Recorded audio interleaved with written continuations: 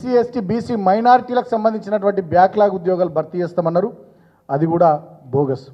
అమరవీరుల కుటుంబాలను ఆదుకుంటామన్నారు, అది కూడా బోగస్. ఫీజు రియంబర్స్మెంట్ అన్నారు, ఇప్పటిదాకా ఫీజు రియంబర్స్మెంట్కి సంబంధించి ఒక్క రూపాయి కూడా రాష్ట్ర ప్రభుత్వం వచ్చిన నాటి నుంచి 9 నెలల్లో విడుదల చేయలే. విద్యార్థులు మొత్తుకుంటున్నారు, ఆ విద్యాసంస్థలు నడిపే ప్రైవేట్ కాలేజీల వాళ్ళు కూడా మొత్తుకుంటున్నారు. అదేవిధంగా చదువుకునే ప్రతి యువతికి 18 సంవత్సరాలు నిండితే చాలు యువ మహిళా సాధికారత పేరిట వాళ్ళకు స్కూటీలు ఇస్తామన్నారు. రాష్ట్రంలో ముఖ్యమంత్రి రేవంత్ రెడ్డికి కుర్చీ దక్కింది, కానీ ఒక్క మహిళా తల్లికి 18 సంవత్సరాలు నిండిన ఆమెకు ఒక్క స్కూటీ రాలే ఈ ఇంద్రమ్మ రాజ్యంలో. ఈ ఇంద్రమ్మ రాజ్యంలో ఒక్క స్కూటీ కూడా రాలే. రేవంత్ రెడ్డికి మాత్రం ముఖ్యమంత్రి కుర్చీ వచ్చింది. సో ఇది యూత్ డిక్లరేషను మహిళా సాధికారతకు సంబంధించి. ఇక చేవెళ్లలో ఘనంగా ఎస్సీ ఎస్టీ డిక్లరేషన్ అన్నారు. దీంట్లో చెప్పింది ఏంది, అంబేద్కర్ అభయహస్తం కింద 12 లక్షలు ఇస్తామన్నారు దళితులకు. ప్రతి బడ్జెట్లో సాధికారికంగా డబ్బులు కేటాయించి 12 లక్షలు ప్రతి దళిత కుటుంబానికి ఇస్తామన్నారు. కేసీఆర్ కేవలం దళిత బంధు పథకం కింద 10 లక్షలే ఇస్తున్నాడు. ఇందిరమ్మ రాజ్యము కాంగ్రెస్ ప్రభుత్వం వస్తే 12 లక్షలు ప్రతి దళిత కుటుంబానికి ఇస్తామన్నారు. ఒక్క దళిత కుటుంబానికి కూడా 12 లక్షలు ఈ 9 నెలల కాలంలో రాలే. వస్తే కమాన్, నేను డిప్యూటీ సీఎం బట్టి విక్రమార్కని అడుగుతా ఉన్నా, ఈ వర్గాలకు సంబంధించిన బిడ్డగా, మీరు ఈ వర్గాల నుంచే వచ్చారు, ఫైనాన్స్ మినిస్టర్ ఉన్నారు, మరి ఏ నియోజకవర్గంలో ఏ దళిత కుటుంబానికి 12 లక్షలు ఇచ్చిర్రో ఆ లిస్టు విడుదల చేయమని కోరుతా ఉన్నా. ముఖ్యమంత్రి గారిని కూడా, మరి నీ కొడంగల్ నియోజకవర్గంలో ఇచ్చిర్రా, బట్టి గారి మధుర నియోజకవర్గంలో ఇచ్చిర్రా, మంత్రులుగా ప్రాతినిధ్యం వహిస్తున్నటువంటి మీ మంత్రుల నియోజకవర్గంలో, మీ విప్పుల నియోజకవర్గంలో, లేదు దళిత బిడ్డ స్పీకర్ ప్రసాద్ గారు వికారాబాద్ నియోజకవర్గంలో ఏ దళిత కుటుంబానికి 12 లక్షలు ఇచ్చిర్రో మీరు ఆ వివరాలు విడుదల చేయాలని చెప్పి నేను కోరుతా ఉన్నా. దళితులకు 18% రిజర్వేషన్లు అన్నారు, గిరిజనులకు 12% రిజర్వేషన్లు అన్నారు, అది అతిగతి లేదు.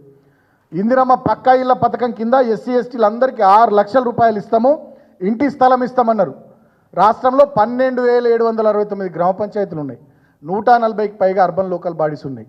మరి ఎక్కడిచ్చిర్రు, ఇస్తే ఆ వివరాలు కూడా బయట పెట్టాలని చెప్పి నేను కోరుతా ఉన్నాను. సో ఇట్లా చెప్పుకుంటూ పోతే ఎస్సీ ఎస్టీ డిక్లరేషన్ కూడా ఒక బోగస్ అనేది స్పష్టంగా అర్థమవుతూ ఉంది. ఇక తర్వాత దాని తదనంతరం బీసీ డిక్లరేషన్, కామారెడ్డిలో సభ పెట్టి బీసీ డిక్లరేషన్ పేరిట బీసీల రిజర్వేషన్లు 42% పెంచుతామన్నారు. ఇప్పటిదాకా అది కూడా అతిగతి లేదు. తర్వాత ఇక మైనారిటీ డిక్లరేషన్లో మైనారిటీలకు సంబంధించి మైనారిటీల బడ్జెట్ 4,000 కోట్లు చేస్తామన్నారు. నిరుద్యోగ మైనారిటీ యువతకు, మైనారిటీ మహిళలకు 1000 కోట్లు కేటాయిస్తామన్నారు. అదేవిధంగా ఇక ఇంకా చాలా చెప్పారు. పీజీ చదువుకున్న వాళ్ళకు 25,000, ఇంటర్మీడియట్ చదువుకున్న వాళ్ళకు 15,000, 10th చదువుకున్న వాళ్ళకు 10,000 ఇస్తాం మైనారిటీ పిల్లలకు అన్నారు. అది కూడా లేదు. ఎస్సీ ఎస్టీలకు సంబంధించి కూడా వీళ్ళు ఆ విషయం కూడా చెప్పారు. ఎస్సీ ఎస్టీ విద్యార్థులకు సంబంధించి వాళ్ళకు కూడా కొంత ఫైనాన్షియల్ అసిస్టెన్స్ ఇస్తామని చెప్పి ఎస్సీ ఎస్టీ విద్యార్థులకు సంబంధించి కూడా చెప్పారు. 10వ తరగతి ఎస్సీ ఎస్టీ విద్యార్థులు పాస్ అయితే 10,000, ఇంటర్మీడియట్ పాస్ అయితే 15,000, గ్రాడ్యుయేషన్ పూర్తి చేసుకుంటే 25,000, పోస్ట్ గ్రాడ్యుయేషన్ ఎస్సీ ఎస్టీ విద్యార్థులు పూర్తి చేస్తే 1,00,000 రూపాయలు ఇస్తామన్నారు. ఇప్పటిదాకా అది కూడా ఏం లేదు. తర్వాత ఎంఫిల్ పిహెచ్డి పూర్తి చేసినటువంటి ఎస్సీ ఎస్టీ యువతకు 5 లక్షల రూపాయలు ఇస్తామన్నారు. అది కూడా లేదు.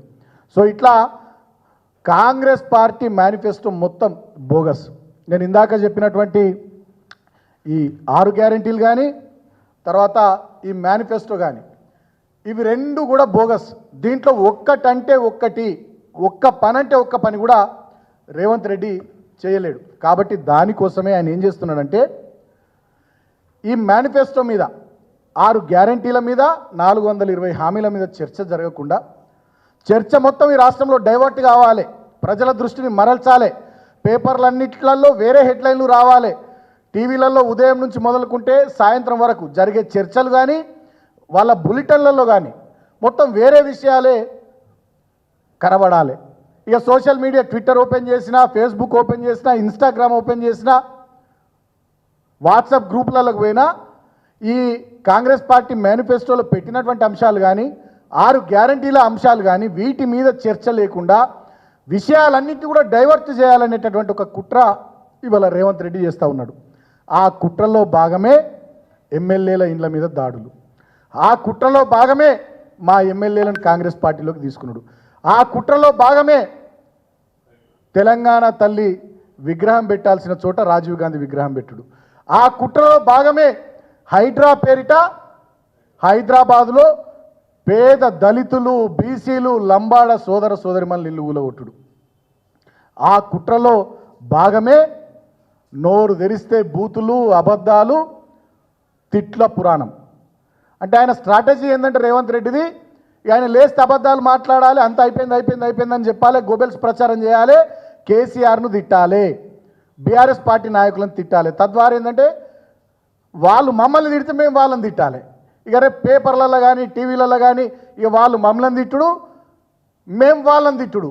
ఇక ఇదే చర్చ జరగాలి ఈ రాష్ట్రంలో తప్ప కాంగ్రెస్ పార్టీ మేనిఫెస్టోలో ఏం చెప్పి ఓట్లు అడిగింది అనేది ప్రజలు మాట్లాడద్దు, మీడియాలో రావద్దు, ప్రతిపక్షాలు మాట్లాడద్దు.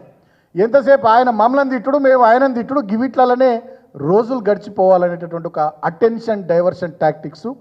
ఆ స్ట్రాటజీ సునీల్ కనుగోలు స్ట్రాటజిస్ట్ బృందము రేవంత్ రెడ్డి నాయకత్వంలో తెలంగాణలో అమలు చేస్తూ ఉన్నారు. 6 గ్యారంటీల మీద చర్చ లేదు. కాంగ్రెస్ పార్టీ మేనిఫెస్టోలో చెప్పిన 420 అంశాలు, వాటి మీద చర్చ లేకుండా కేవలం తిట్ల పురాణం, అబద్ధపు ప్రచారాలు, వ్యక్తిగతమైనటువంటి నీలాప నిందలు, అదేవిధంగా కొన్ని హైడ్రా లాంటి డ్రామాలు, వీటి మీద ప్రజల దృష్టిని మరల్చడం, వాటి మీదకి రాష్ట్రంలో చర్చ జరిగేటట్టు చేయడం, మీడియా అంతా కూడా దాని మీదనే కోడై కూయడం, పేపర్లలో మొత్తం హెడ్లైన్స్ అవే రావడం, సోషల్ మీడియాలో నేను ఇందాక చెప్పినట్టుగా అన్నీ మొత్తం వాట్సాప్ గ్రూపులు, ఫేస్బుక్, ట్విట్టర్, ఇన్స్టాగ్రామ్ అన్నిట్లలో అవే తిరగడం. ఇది ఇవాళ రేవంత్ రెడ్డి ప్రభుత్వం చేస్తున్నటువంటి డ్రామా. ఆ డ్రామాలో భాగమే ఈ అటెన్షన్ డైవర్షన్ టాక్టిక్స్. నేను అడుగుతా ఉన్నా ఈ కాంగ్రెస్ ప్రభుత్వాన్ని, కాంగ్రెస్ పార్టీ పెద్దల్ని, రాష్ట్రంలో ప్రజల్ని కూడా ఆలోచించమని కోరుతా ఉన్నా. ఈ రేవంత్ రెడ్డి హైదరాబాద్లో హైడ్రాని తీసుకొచ్చి పేద ప్రజల ఇల్లు కూలగొడతా అని చెప్పి మొన్న మేనిఫెస్టోలో పెట్టిండా, లేదా ఎన్నికల ప్రచార సభల్లో చెప్పిండా, లేదు సచివాలయం ముంగట రాజీవ్ గాంధీ విగ్రహం పెడతాం, తెలంగాణ తల్లి విగ్రహం పెట్టాం అని చెప్పి ఎన్నికల ప్రచార సభల్లో చెప్పిండా, లేకపోతే కాంగ్రెస్ పార్టీ మేనిఫెస్టోలో చెప్పిండా, 6 గ్యారంటీల కార్డులో పెట్టిండా. RRR అలైన్మెంట్ను మారుస్తాం, మా వంది మావతుల భూములకు అనుకూలంగా RRRను మెల్లగా గుంజుతాం ఒక 5 కిలోమీటర్ల అవతలకి అని చెప్పి రేవంత్ రెడ్డి ఎన్నికల మేనిఫెస్టోలో పెట్టిండా, 6 గ్యారంటీల కార్డులో చెప్పిండా, లేదా అసెంబ్లీ ఎన్నికల ప్రచారంలో చెప్పిండా.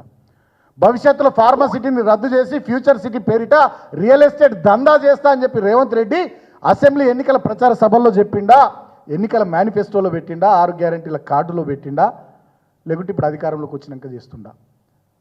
ఏం జరుగుతూ ఉంది రాష్ట్రంలో? కోతికి కొబ్బరి చిప్ప దొరికినట్టు, కుక్కకు బొక్క దొరికినట్టు ఇవాళ వీళ్ళకు అధికారం వస్తే, అర్హత లేని వాళ్ళు ఇవాళ అందలం ఎక్కితే, సరే నీ అదృష్టం మంచిగా ఉండి మీరు అధికారంలోకి వచ్చి ముఖ్యమంత్రి అయితే ప్రజలకు ప్రజాపాలన పేరిట మంచి పనులు చేసి ప్రజల మెప్పు పొందే ప్రయత్నాలని పక్కకు పెట్టి మొత్తం ఈ రాష్ట్రంలో ఇవాళ అవినీతి, కుటుంబ పాలన, పైరవీలు, దందాలు, ఇందిరమ్మ రాజ్యంలో ఆనాటి ఎమర్జెన్సీ నాటి పరిస్థితులు ఇవాళ తెలంగాణ రాష్ట్రంలో కనబడతా ఉన్నాయి. ఖమ్మంలో వరదలు వస్తే ప్రధాన ప్రతిపక్షంగా మా బీఆర్ఎస్ పార్టీ బృందం పోతే మా బృందం మీద దాడులు చేస్తారు. సిగ్గుందా మీకు? కాంగ్రెస్ పెద్దలకు మేము అడుగుతా ఉన్నాం. ఆపద సమయంలో ప్రజలకు అండగా ఉండాల్సిన బాధ్యత ప్రభుత్వానిది, అందరిది. ఆ బాధ్యతను గుర్తెరిగి ప్రధాన ప్రతిపక్షంగా మేము పోతే మా వాళ్ళ మీద దాడులు.